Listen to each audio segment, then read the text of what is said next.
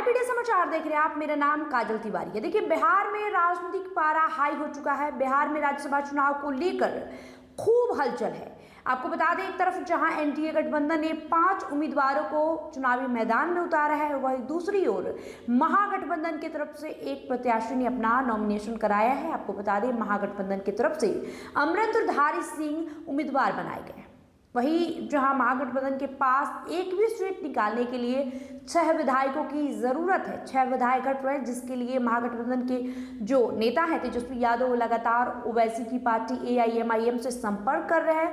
हालांकि ये मुलाकात हो चुका है और ऐसा माना जा रहा है कि जो एआईएमआईएम के 5 विधायक हैं और जो बसपा के 1 विधायक है, ये 6 विधायक महागठबंधन को वोट देंगे, समर्थन देंगे। वहीं दूसरी ओर एनडीए गठबंधन में अपने 5 सीट पर जीत का दावा ठोक रही है। क्या कुछ है, पूरा समीकरण आपको इस वीडियो में विस्तार से बताते हैं। आपको बता दें, राजद कैंडिडेट अमरिंदरधारी सिंह को जिताने के लिए बिहार कांग्रेस के बड़े नेता एक्टिव हो गए। दूसरी तरफ उपेंद्र कुशवाहा और सीवेश राम के पीछे भी भाजपा पूरी रणनीति लगा रही है।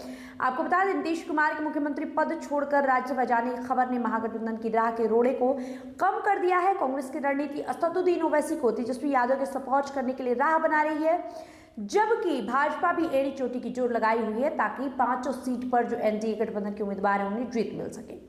आपको बताया, बिहार में राज्यसभा की 5 सीटें अप्रैल में खाली हो रही है। 16 मार्च को सुबह 9 बजे से शाम 4 बजे के बीच वोटिंग होगी और उसी दिन शाम 5 बजे से वोटों की गिनती की जाएगी। चुने हुए नए सांसदों का कार्यकाल उनके शपथ ग्रहण की तिथि से अगले 6 साल यानी 2032 तक रहेगा। एनडीए प्रत्याशियों की बात करें, मुख्यमंत्री नीतीश कुमार, भाजपा अध्यक्ष नितिन नवीन, केंद्रीय मंत्री रामनाथ ठाकुर, उपेंद्र कुशवाहा और सीवेश राम है, जबकि दूसरी ओर महागठबंधन के प्रत्याशी अमरिंदरधारी सिंह यानी एडी सिंह है।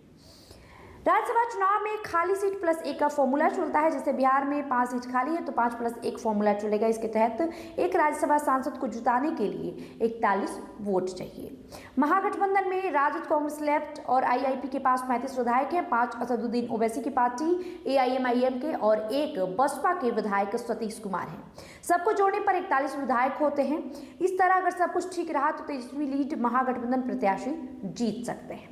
2025 विधानसभा चुनाव में एनडीए को 243 में से 202 सीटें मिली है। 41 वोटों के लिहाज से बीजेपी और जेडीयू के 2 कैंडिडेट आराम से चुनाव जीत जाएंगे। 5वीं सीट जीतने के लिए उसके पास 38 विधायक बचेंगे। उसे और 3 विधायकों की जरूरत होगी। आपको बता दें, तेजस्वी यादव को ओवैसी समर्थन दे सकते हैं। इसके लिए कुछ कारण भी हैं। आपको बता दें, राजद प्रत्याशी एडी सिंह को जिताने के लिए कांग्रेस के एक और बड़े और लालू परिवार के करीबी नेता एक्टिव हुए हैं। उन्होंने ओवैसी को साधने का प्रयास तेज कर दिया है। दरअसल ओवैसी हैदराबाद से आते हैं, वो उनका घर है, वहां कांग्रेस की सरकार है। ओवैसी की राजनीति को देखें तो वो तेलंगाना में जिसकी सरकार रहती है उससे वो संबंध ठीक रखते हैं। 2023 में कांग्रेस की सरकार आई, उससे पहले वहां केसीआर की सरकार थी, उनसे भी उनका संबंध अच्छा रहा। फिलहाल ओवैसी का तेलंगाना के मुख्यमंत्री रेवंत रेड्डी से बेहतर तालमेल है। समय समय पर दोनों नेता एक दूसरे की तारीफ करते हैं। नवंबर में हुए हैदराबाद के जुबली हिल्स उपचुनाव में ओवैसी ने कांग्रेस का समर्थन किया था। उनका कहना था कि हमने कांग्रेस को इसलिए समर्थन किया क्योंकि भाजपा को रोकना था। हालांकि एक फैक्ट ये भी है कि ओवैसी बंधुओं का हैदराबाद में हॉस्पिटल का बड़ा कारोबार है। मीडिया रिपोर्ट्स के मुताबिक 2018 में केसीआर की सरकार ने मामूली कीमत पर हॉस्पिटल के ओवैसी बंधुओं को जमीन दी थी। इसे लेकर राजनीतिक जानकारों का कहना है कि तेलंगाना में भाजपा धीरे धीरे मजबूत हो रही है। 2024 लोकसभा चुनाव में ओवैसी को बीजेपी प्रत्याशी ने कड़ी टक्कर दी थी। वो जानते हैं कि भाजपा से अकेले जीतना मुश्किल है। अगर राज्य सरकार से बेहतर तालमेल रहा तो इलाके में विकास कार्य भी होगा और बाकी काम भी चलते रहेंगे। यही कारण है कि वो राज्य सरकार से बेहतर तालमेल रखते हैं।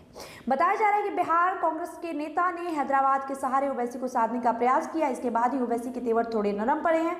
वहीं 9 मार्च को बिहार एआईएमआईएम चीफ अख्तरुल ईमान को दिल्ली बुलाकर ओवैसी ने वेट एंड वॉच की सलाह दी। हालांकि तेजस्वी और अख्तरुल ईमान की मुलाकात हो चुकी है। अब आपको बता दें, करीब समर्थन की सहमति बन गई है। आखिरी समय में ओवैसी महागठबंधन के प्रत्याशी को वोट देने का इशारा कर सकते हैं। वैसे दूसरी ओर नीतीश कुमार ने राज्यसभा का नामांकन कर लिया है। इसके साथ ही यह तय हो गया है कि वो मुख्यमंत्री पद छोड़ रहे हैं। अगला मुख्यमंत्री बीजेपी का होगा। हालांकि अब तक आधिकारिक ऐलान नहीं किया गया है। एनडीए 243 में से 202 सीटों पर जीत कर सत्ता में आई। ओवैसी को सीमांचल की उन सीटों पर जीत मिली जहां मुस्लिम जिताने में सक्षम थे। 2020 में भी उनकी पार्टी इसी 5 सीट बायसी, अमौर, कोचाधामन, बहादुरगंज और जोकीहाट पर जीती थी, इस बार भी यहां जीती है। फरवरी के आखिरी सप्ताह में सीमांचल दौरे पर आए गृह मंत्री अमित शाह ने घुसपैठियों को बाहर निकालने की बातें कही थी। सीमांचल में घुसपैठ का मामला जोर पकड़ा है और मजबूत विपक्ष का साथ जरूरी होगा। भाजपा के मुख्यमंत्री बनने के बाद राज्य में तेजी से समीकरण बदल सकता है। ऐसे में अगर ओवैसी महागठबंधन के साथ नहीं रहे तो उनके वोटर खिसक सकते हैं। बीजेपी को रोकने के नाम पर वोटर वापस तेजस्वी के साथ जा सकते हैं।